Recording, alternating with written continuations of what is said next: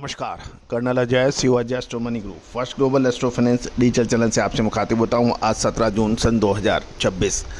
दोस्तों, आज के इस एपिसोड में हम चर्चा करेंगे बासमती चावल और धान के बारे में।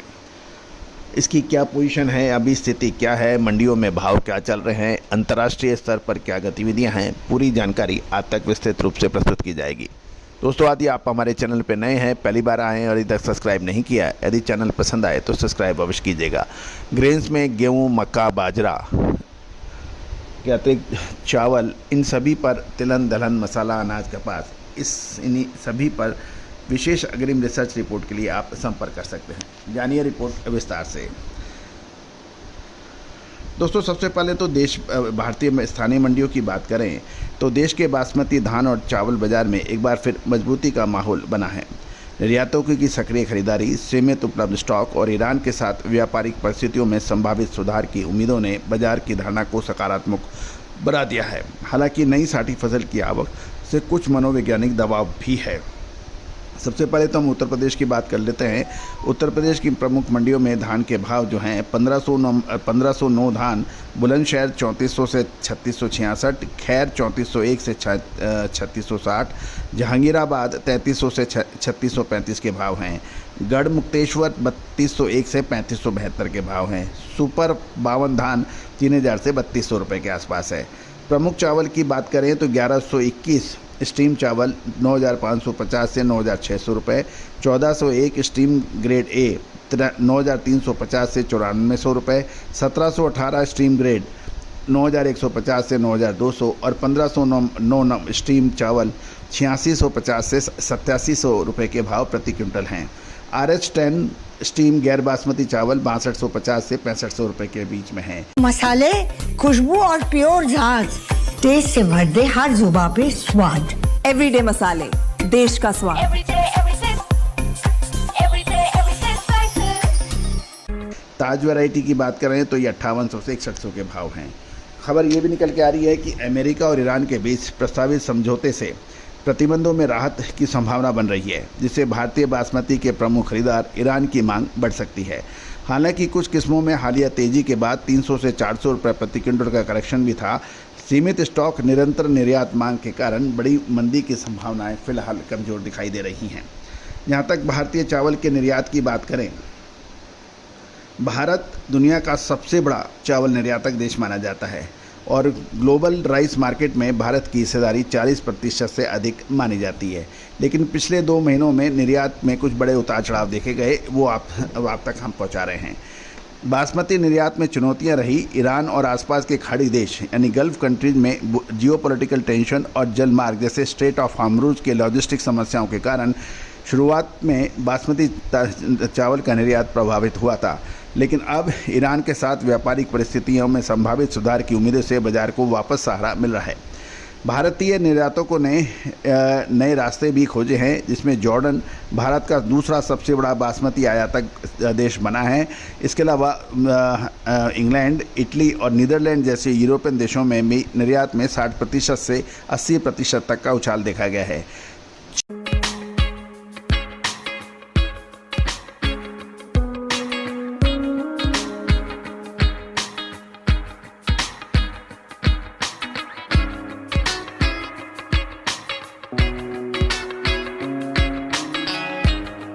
चीन को निर्यात होने वाले बासमती निर्यात में भारी बढ़ोतरी देखी गई, लगभग 150% की।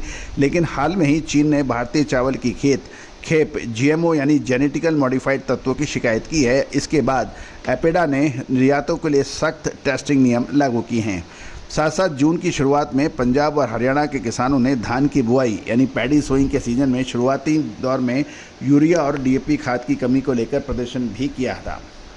दोस्तों, खबर ये भी निकल के आ रही है कि यदि हम ग्लोबल प्राइस न्यूज़ की तरफ अग्रसर हुए तो ग्लोबल प्राइस ट्रेंड की बात करें तो इस संयुक्त राष्ट्र की संस्था FAO के मुताबिक मई जून 2026 में ऑल राइस प्राइस इंडेक्स में 2.7% की तेजी थी।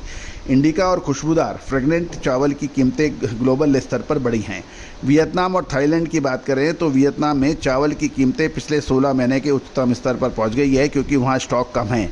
वहीं थाईलैंड में एल नीनो के दोबारा उभरने की आशंका से आने वाली फसल को लेकर चिंताएं बढ़ गई हैं, जिससे वहां भी चावल महंगा है। अफ्रीका देशों की बात करें तो भारत से गैर बासमती चावल खरीदने वाले प्रमुख देश बेनिन ने आयात के नियम कड़े कर दिए हैं, जिससे बुकीना और ने चावल आयात पर स्थायी रोक लगाई है, जिससे भारतीय निर्यात थोड़ा सा प्रभावित होने के भी समाचार हैं। यदि हम साथ साथ देखें कि कुल मिलाकर आने वाले समय में मौसम विभाग की बात करें तो जून से सितंबर में होने वाले दक्षिण पश्चिम मौसम में सामान्य से कम बरसात होने की उम्मीद है और 90% तक बारिश का अनुमान लगाया गया है। आने वाले समय में ये एक प्रमुख चिंता का विषय बन सकता है। शुद्धता ऐसी जो हर घर की पसंद बने। सुधा महेश ठक्कर, हल्दी के विश्वसनीय निर्यातक। आज ही संपर्क करें।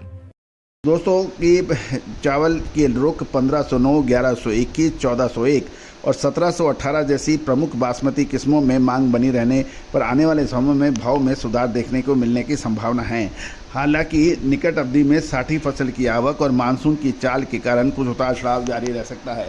दोस्तों, चावल के ऊपर लगातार अपडेट विश्लेषण के लिए चैनल को सब्सक्राइब कीजिए और कोई भी विशेष अग्रिम रिसर्च रिपोर्ट के लिए आप संपर्क कर सकते हैं। दोस्तों, ये सभी जानकारियाँ स्पॉट और हाजिर बाजार की इस परिस्थितियों के आधार पर दी जा रही है। किसी भी प्रकार का लाभ हानि की जिम्मेदारी हमारा चैनल नहीं देता है। आप हमारा डिस्क्लेमर भी बहुत ध्यान से देख लें, समझ लें, पढ़ लें। ये सभी जानकारियाँ रिसर्च व अनुसंधान के लिए है। कोई भी व्यापारिक निर्णय लेने से पहले आप स्वयं का विवेक और अपने सलाहकार से भी राय जरूर कीजिएगा।